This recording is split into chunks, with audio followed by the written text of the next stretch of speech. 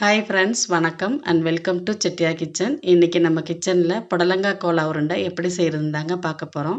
Mutton Cola உருண்டை மாதிரி taste சூப்பராக இருக்கும். இது லஞ்சுக்கும் செஞ்சு சாப்பிட்லாங்க, ஸ்நாக்காகவும் செஞ்சு சாப்பிட்லாம். வீடியோக்குள்ளே போகிறதுக்கு முன்னாடி எங்கள் சேனலை சப்ஸ்கிரைப் பண்ணிக்கோங்க. அப்படி பக்கத்தில் இருக்க பெல் ஐக்கானை கிளிக் பண்ண மறக்காதீங்க. வாங்க இப்போ நம்ம கோலா உருண்டை செய்ய ஆரம்பிச்சிடலாம்.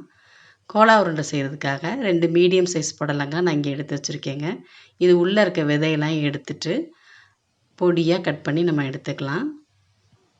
கோலா உருண்டை செய்கிறதுக்கு புடலங்காயை நம்ம பச்சையாக தாங்க சேர்த்துக்க போகிறோம்.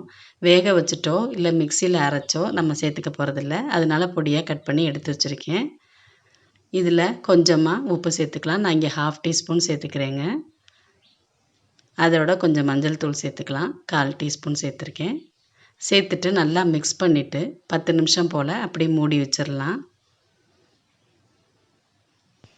இந்தளவு பொடியாக கட் பண்ணி எடுத்துக்கணுங்க. அப்போ தான் கோலா உருண்டை நமக்கு நல்லா வரும்.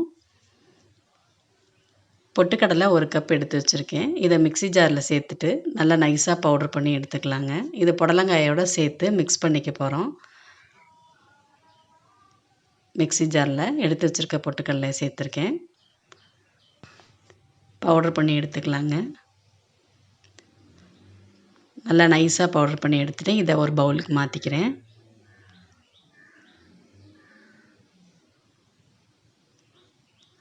மசாலா அரைக்கிறதுக்கு தேவையான பொருள்லாம் எடுத்து வச்சுருக்கேங்க. 5 மிளகாய், ஒரு சிறு துண்டு இஞ்சி, சோம்பு 1 டீஸ்பூன், சின்ன வெங்காயம் 6 அல்லது 7, பூண்டு 5 பல், தேங்காய் 1/4 மூடி இருந்தால் போதும். இதெல்லாம் மிக்ஸி ஜாரில் சேர்த்துக்கலாங்க. சேர்த்துட்டு கொஞ்சமாக தண்ணி சேர்த்து அரைச்சிக்கலாம். ஏன்னா புடலங்காயும் தண்ணி சத்து அதிகமாக உள்ளது. அதனால ரொம்ப தண்ணி சேர்த்துட்டா நல்லா இருக்காது கோலா உருண்டை. அதனால கொஞ்சமாக தண்ணி சேர்த்து கொரகொரப்பாக அரைச்சி எடுத்துக்கலாம். பட்டை, லவங்கம் வேணும்னா சேர்த்துக்கலாம். ரொம்ப மசாலா வாசனை வேண்டாம் அப்படின்னா சோம்பு மட்டும் சேர்த்தா போதும்.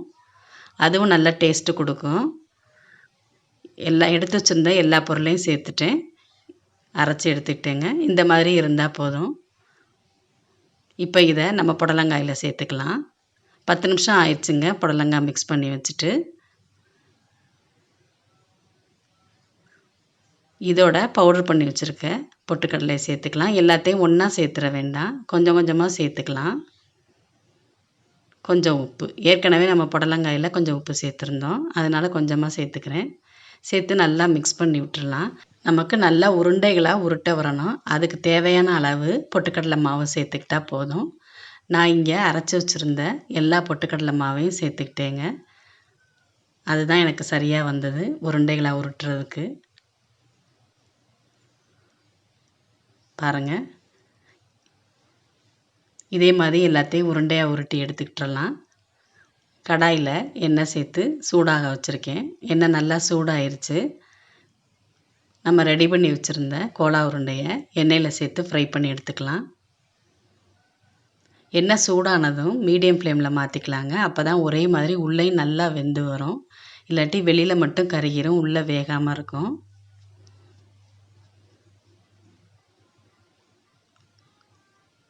திருப்பி விட்டுறலாம்.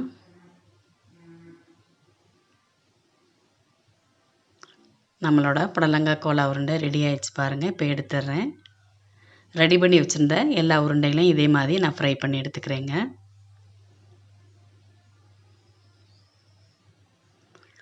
புடலங்காய் கோலா உருண்டை ரெடி ஆயிடுச்சு. நீங்களும் ட்ரை பண்ணி பாருங்கள். இந்த வீடியோ உங்களுக்கு பிடிச்சிருந்தா லைக் பண்ணுங்கள், ஷேர் பண்ணுங்கள், உங்கள் கமெண்ட்ஸ் பதிவு பண்ணுங்கள். தேங்க்யூ.